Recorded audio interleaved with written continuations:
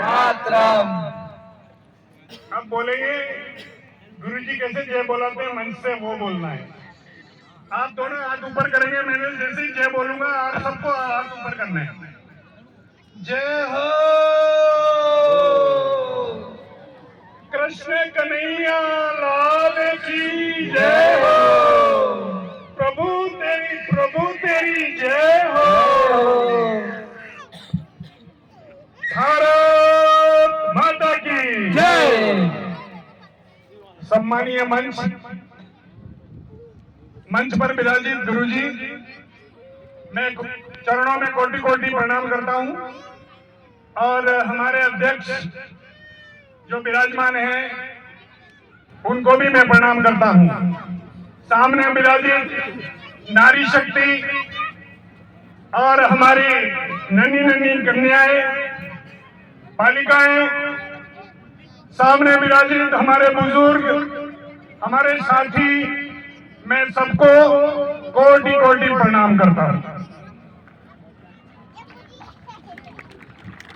आज कार्यक्रम स्टार्ट करते हैं। संघ के 100 साल पूरे होने पर संघ ने क्या क्या काम किया, आपके लिए क्या काम किया, उसका थोड़ी सी, पूरा तो कोई बता नहीं सकता संघ का, बाकी थोड़ी सी झलक आपको जरूर बता दूंगा मैं। संघ की 1925 में स्थापना हुई और संघ की स्थापना 1925 में हुई। उसके बाद में गुरुजी ने 3 व्यक्ति, वो भी कॉलेज के स्टूडेंट, उनसे कार्य चालू किया संघ ने। और कार्य चालू होने के बाद में धीरे धीरे विस्तार करते गए और हमारा राज्यों तक, प्रांतों तक धीरे धीरे काम बढ़ता गया संघ का। एक बार मौका ऐसा आया जब हिंदुस्तान और पाकिस्तान का युद्ध चल रहा था। इंदिरा गांधी का फोन आया अटल बिहारी वाजपेयी के पास में कि सेना को हथियार सप्लाई कराने के लिए, उनके भोजन पैकेट सप्लाई करने के लिए हमको स्वयं सेवक कार्यकर्ताओं की आवश्यकता है। रात को 12 बजे फोन किया अटल बिहारी वाजपेयी को। अटल बिहारी वाजपेयी ने पूछा कि अभी मेरे पास कोई साधन नहीं है, मैं नागपुर कैसे जाऊंगा, क्यों डोर तो नागपुर से हिलनी है। उन्होंने कहा कि मैं 10 मिनट बाद फोन कर रही हूं आपको वापस। तुरंत प्लेन की व्यवस्था की अटल जी के लिए। अटल जी सीधे नागपुर पहुंचे। नागपुर पहुंचने के बाद में गुरुजी से वार्ता हुई। गुरुजी को रात को उठाया गया। उन्होंने कहा कि हिंदुस्तान और पाकिस्तान का युद्ध चल रहा है बॉर्डर पर और हथियारों की कमी हो रही है, वो गोला बारूद सप्लाई करने के लिए स्वयं सेवक चाहिए। उन्होंने कहा कोई बात नहीं, कहां भेजने? बोले रेगिस्तान बॉर्डर पे भेजने, हरियाणा बॉर्डर पे भेजने, उत्तर प्रदेश बॉर्डर पे भेजने। उन्होंने कहा कितने कितने कार्यकर्ता भेजने? गुरुजी ने मैसेज किया और दूसरे दिन 12 बजे तक सारे कार्यकर्ता अपनी अपनी पोजीशन ले ली। खाली संघ या भजन कीर्तन नहीं करवा रहा। संघ जब देश पर आपत्ति आती है तो संघ साथ में खड़ा होता है, आर्मी के देश के साथ खड़ा होता है और देश को जगाने का काम कर रहा है। और उसके बाद में गोला बारूद, भोजन पैकेट सब सप्लाई की बॉर्डर पर, और सेना को किसी चीज की कोई कमी होने नहीं दी। और इंदिरा गांधी ने कहा था स्वयं सेवक संघ के कार्यकर्ताओं को तो 26 जनवरी और 15 अगस्त को परेड में शामिल करना चाहिए, क्योंकि उस टाइम स्वयं सेवक संघ के कार्यकर्ताओं की जरूरत थी, इसलिए यह वाक्य कहा गया। और बाद में क्या हुआ? संघ के कार्यकर्ताओं के ऊपर लठ चले, संघ के कार्यकर्ताओं को अंडरग्राउंड होना पड़ा, संघ के कार्यकर्ताओं को जंगल में भागना पड़ा। और भाग के अपनी जान बचाई। बहुत सारे संघ के कार्यकर्ताओं को इस कांग्रेस गवर्नमेंट ने जेल के अंदर ठूस दिए। बोले संघ को बिल्कुल खत्म करना चाहिए, नहीं तो संघ का वर्चस्व पूरे देश में हो जाएगा और कांग्रेस खत्म हो जाएगी। और उसके लिए पूरी मेहनत करी और कार्यकर्ताओं ने लटकाए, कार्यकर्ताओं ने जेल भुगती, कार्यकर्ताओं को जेल में सड़ के मरना भी पड़ा। आज आप देख लीजिए संघ के कार्यकर्ता कहने को तो कि संघ कर क्या रहा है।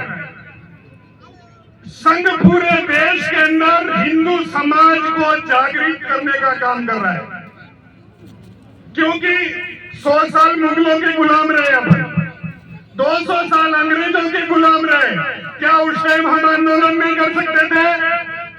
क्या उस टाइम हम आंदोलन में अगर सारे भारत वाले खड़े होकर के एक पत्थर फेंक देते तो आपकी ये मुगलों की बादशाहों की फौजें भाग जाती भारत छोड़ करके। एक पत्थर फेंक देती, एक माताएं, एक बहन और एक भाई और एक बुजुर्ग एक पत्थर फेंक देते तो मैं बता रहा हूं आपको, वो सेना टिक नहीं पाती। जिसमें हम एकत्रित नहीं थे, हमारे में जागरूकता नहीं थी, इसलिए 100 साल हम मुगलों के गुलाम रहे और 200 साल अंग्रेजों के गुलाम रहे। और शायद ये कांग्रेस में पार्टी से मेरे को कोई लेना देना नहीं है, मैं संघात हूं। और अगर ये कांग्रेस और 20 साल रह जाती तो वापस देश गुलाम हो जाता। हम जो पार्टियों में जुड़े हुए हैं, हम पार्टियों के साथ जुड़े हुए हैं, हमारे स्वार्थ के लिए जुड़े हुए हैं। हम देश के लिए नहीं जुड़ रहे, हम देश के काम के लिए नहीं जुड़ रहे, हम देश को आगे बढ़ाने के लिए नहीं जुड़ रहे। उसमें मेरा स्वार्थ है कि मैं इस पार्टी से जुड़ूंगा तो मेरे को ये फायदा होगा, मैं इस पार्टी से जुड़ूंगा तो ये फायदा होगा। न संघ कभी आपसे पैसा मांगता है, न संघ कार्यकर्ता कभी आपसे सैलरी मांगता है, न संघ वाले तो आपके घर पे आके चुपचाप 2 रोटी आप खिला देंगे, वो खा लेंगे और उसके बाद निरंतर काम करते रहेंगे। और वो किसके लिए? वो हिंदू समाज के लिए। और मैं आप भाइयों में आपको बताना चाहता हूं, अगर हम सोए रहे, मुसलमानों को तो जाने के लिए बांग्लादेश है, 57 देश हैं, पर हिंदुओं को कहीं सर छुपाने के लिए जगह नहीं है। उनके लिए सिर्फ एक हिंदुस्तान है, ये भारत है, जो आपको आपका सिर छुपा सकते हो। अगर वो छिन गया आपसे तो जो आज बांग्लादेश में जो हालत हो रही है, जो पाकिस्तान में हालत हो रही है हिंदुओं की, वही हालत आपके पास होने वाली है। और उसका प्रमाण उदाहरण बताता हूं मैं आपको। आप 85% हो डग सेंटर में, विधानसभा डग में 85% हो आप। ये बताओ कि डग के चौराहे पर, मेन चौराहे के ऊपर वो गोली मार के चला गया, आपने उसका क्या बिगाड़ लिया? क्या कुछ बिगाड़ा? क्या गंगदार में गोली चल गई, गंगदार में पूरे के लोगों को मार दिए गए, आपने क्या किया? मशीन को जला दी, घरों को जला दिए। उससे क्या हो गया? उन्होंने डबल मुआवजा ले लिया, खातों को 5 रुपए का ले लिया, गवर्नमेंट से 10 रुपया। अरे मैं बहादुर उनको समझता कि जब हमारा एक आदमी लुढ़काया, हम 2 लुढ़का के आ जाते, हम 4 लुढ़का के आ जाते, तो बहादुर समझता मैं आपको। जब आप 80% हो यहाँ पर, उसके बाद भी आप उनके सामने बोल नहीं पा रहे हो, उनका कुछ बिगाड़ नहीं पा रहे हो, तो जिस दिन हम अल्पसंख्यक में आ जाएंगे, उस दिन हमारी न तो बहन बेटी सुरक्षित रहेगी, न हम सुरक्षित रहेंगे, और हमारा कोई एक व्यक्ति सुरक्षित रहने वाला नहीं है। क्या मैं गलत कह रहा हूं? क्या हाथ तो ऊपर करके बताओ, मैं गलत कह रहा हूं कि नहीं कह रहा हूं? नहीं कह रहा हूं ना? ये बात माताओं और बहनों के भी समझ में आ रही होगी मैं जो बोल रहा हूं। मेरा आपसे निवेदन है, आज ये भीम सेना बनी हुई है, अपने 36 जात हिंदू समाज की 36 जात के अंदर अपनी घुसपैठ होनी चाहिए और दोस्त बनाओ उनको, दुश्मन मत बनाओ। उनके घर में आना जाना रखो, उनको गले लगाओ, चाहे वो छोटी जाति का हो चाहे बड़ी जाति का हो। अगर हिंदू बट गया तो ये सोच लेना कि हिंदू कट गया।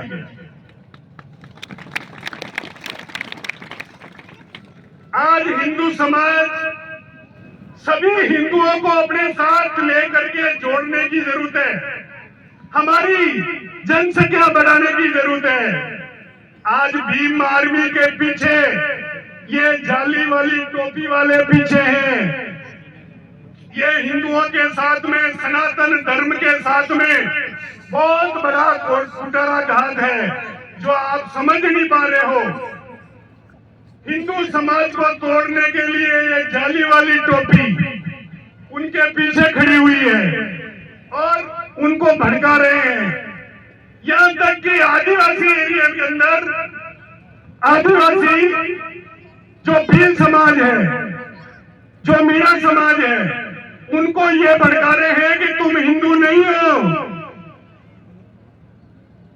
और इसका जबरदस्त प्रचार चल रहा है और उसके पीछे षड्यंत्रकारी कौन है?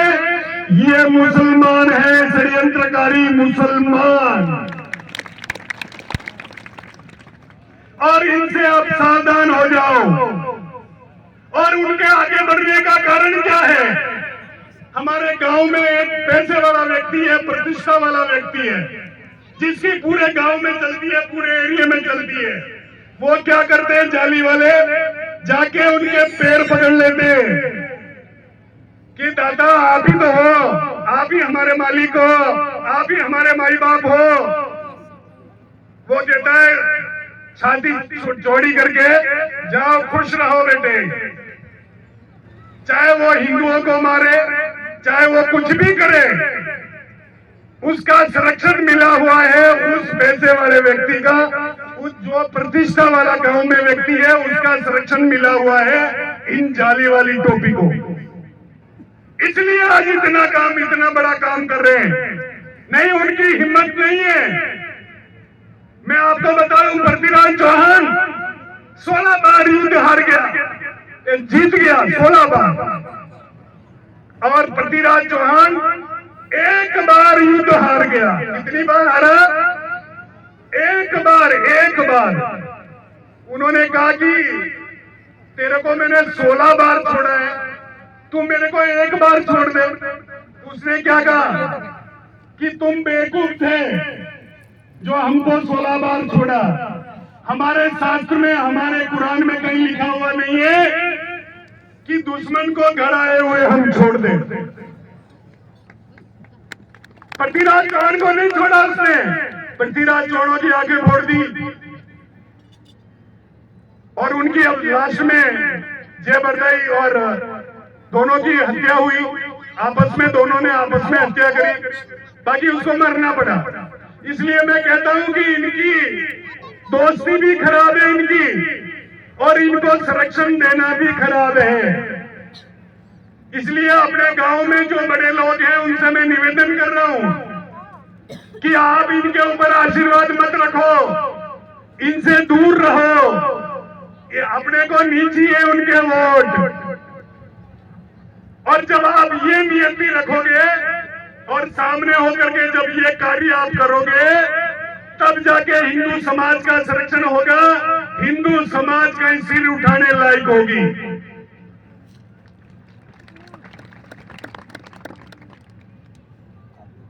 नहीं तो आपको मैं बता रहा हूं, इन बड़े लोगों को बता रहा हूं, छोटे लोग नहीं लगाते, बड़े लोग जो इनको आशीर्वाद देते हैं ना इस जग में, एक दिन नंबर उनका भी आएगा। ये मैं गारंटी से लिख लूं, आज की तारीख में लिख लो। उनको भी वो नहीं छोड़ेंगे। उनको किसी भी हालत में वो नहीं छोड़ेंगे, वो मौका देख रहे हैं और जिस दिन मौका आ गया उसी दिन निपटा देंगे भाई। इसलिए मैं सनातन धर्म को जिंदा रखने के लिए, सनातन धर्म को एकजुट रखने के लिए ये पूरी हिंदू समाज 36 कौम एक हो जाओ और इन जो नीचे सारी समाज है उनको गले लगाओ। अकेला चना कभी बाहर नहीं फोड़ सकता। आटा जब ही बनेगा कि जब अपन मुट्ठी भर के डालेंगे अंदर चक्की में, तब जाके आटा नीचे आएगा। और आप एक चना डालोगे तो वो वहीं चिपक जाएगा, कहीं कुछ होने वाला नहीं है। समझ में आ रही है ना आपके? इसलिए सभी समाज